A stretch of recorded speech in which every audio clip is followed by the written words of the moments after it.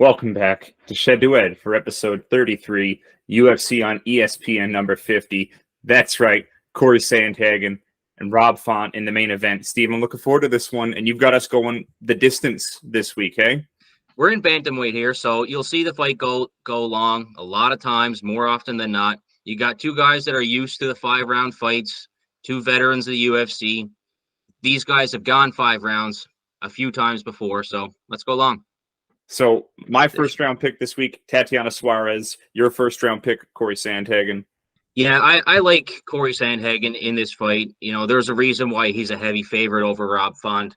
Rob Font, we've seen him get absolutely beat up in his last few fights, except he caught someone with a solid right last time out.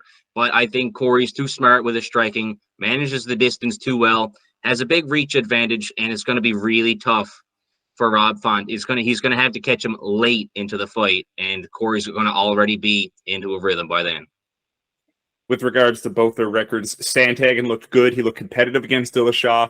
He won, I would say, at least a round or two against Peter Yan, whereas Font looked like he was losing handily against Chito Vera the whole time. Font looked like he was losing against, I believe, Jose Aldo he matched up with before that. I'd say Sandman looked good in the fights that he lost. Rob Font losing 49-46 to Chito Vera, losing 50-45 to Jose Aldo. We've seen Rob Font lose a lot of rounds in recent memory. It makes it hard to get behind the guy. It's true. He's really talented, but he's just taking so much damage over the years. He starts to swell up. Even in his last fight, where he won pretty early into the fight, he still took damage. He had swelling under his eyes, and he's not going to be able to sustain that kind of damage with Corey Sandhagen going 25 minutes. No way.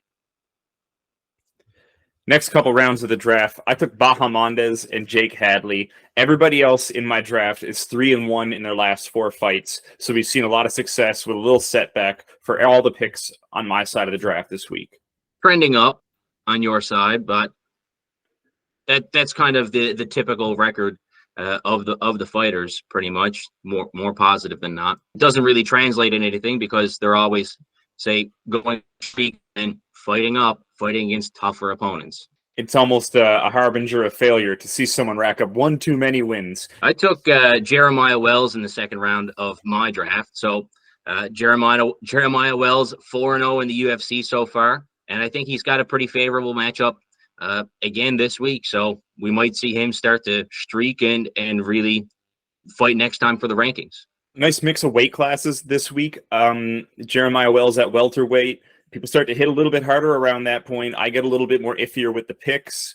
So hopefully he gets it done. Hopefully the hands land when they need to against Carlston Harris this week. Yeah, for sure. Next up, I took Kyler Phillips. He's got a good mixture of striking and wrestling and cardio just to put it all together. So he's going to be flat out for 3 full rounds if we don't see a finish. Odds favor that we're going to go long, but with 2 of these guys banging out, Barcelos has got power to finish too. So I wouldn't be surprised if this one ends early. But it should be a pretty high-level fight, and Kyler's an exciting guy. Sounds good. Looking forward to seeing a lot of high-level fights this week. It is. It's a lot of, not top rankings kind of guys, but guys that are in the apex of their career, and it's going to go up or down drastically, depending on the results of this Saturday night's fights. But a lot of high-level guys matched up together, and we're going to see a good one. Back half of the draft for me, I took Mr. Kennedy, Ode Osborne, and Damon Jackson. So I'm kind of leaning on experience for all of these picks. These guys, on one hand, they haven't surged to the top. We kind of have seen their skill ceiling. On the other side of that coin, we've seen them fight. We've seen them fight long fights and win. Kennedy is a slow starter, so I got to kind of bet on the back half of his game. Damon Jackson has fought. He's got a lot of ring time, so we've seen him succeed and we've seen him come up short. But I'm willing to bet on Damon Jackson, especially at plus money. I don't feel like I had to bet against myself at the books. And then Ode Osborne, a bit of a mixed bag of a career, but I'll lean with it. I'm feeling Ode this week. Yeah, Ode's fighting the #1 fighter in Kazakhstan, I believe. He's making his debut in the UFC. and he's an underdog here. So I'm definitely gambling on O'Day this week as well. Notice you took a couple of dogs in your draft as opposed to just drafting the favorite and ensuring the other side. But yeah, I like Damon Jackson. I like him to draft. I like him. I like him to gamble on him there as well. He's an experienced guy. He came up short against Dan Ige, but there's a lot of fighters that have been coming up short against Dan Ige. He's a top level guy right there. So Damon's down a little bit, and maybe the sports books aren't putting respect on his name, but Damon Jackson is a good, experienced fighter. Your backside of the draft, you took Tanner Boser this week, 1-4 in his last 5, but he's down a weight class. He's not dealing with Hulk Kutalaba this week. He's dealing with a guy that might be skinning his way back out of the UFC. I can see why you grabbed him for even money. Man, I don't want to be taking Tanner Boser after the 1-4. We're after getting burned on Boser a few times in the draft, but he's kind of getting to that point now. He's in his skid. They're going to feed him someone that he can beat. And after watching Alexa Kammer, I'm not really sold on him either. So I'm going to draft Tanner Boser. I'm going to lean with the sports books on this one, but there's no way I'm going to actually gamble on that fight. No way. I'll take Boser at even money. That's about it. And to round out my draft, I took Diego Lopes.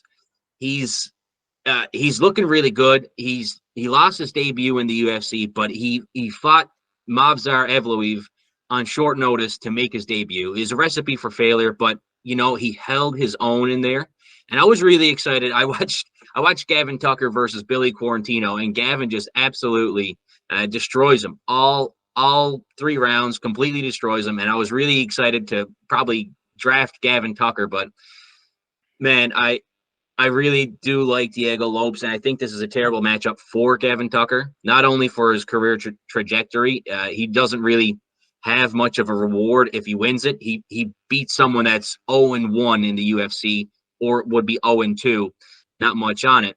It's going to be a close one. Diego Lopes, he's got the reach advantage. He's got power and speed on the feet. He's a jiu-jitsu teacher. He's been teaching for 10 years. Gavin Tucker likes to get into clinch and likes to get the trips and get on the ground.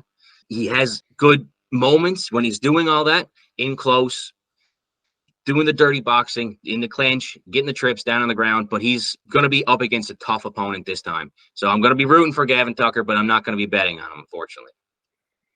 Really tough to try to bet on a 2-year plus layoff as well.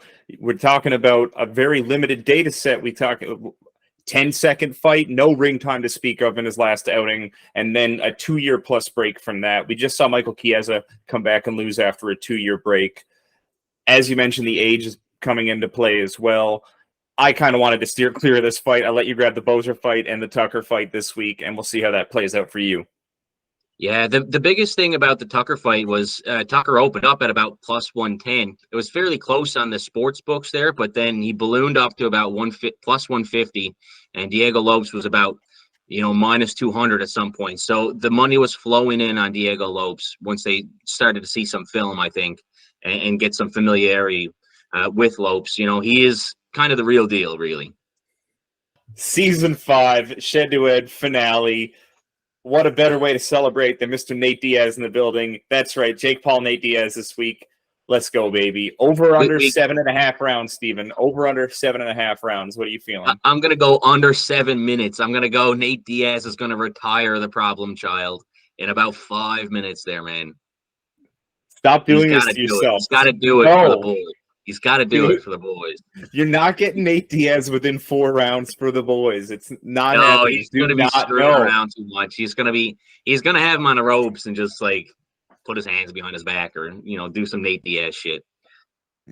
I'm going to say over 7.5 rounds. I don't see this fight ending within the first 8 rounds. No. Well, how many are they going? They're going 10 rounds. They're going 10 rounds. Okay. Yeah. Over 7.5 is a good call.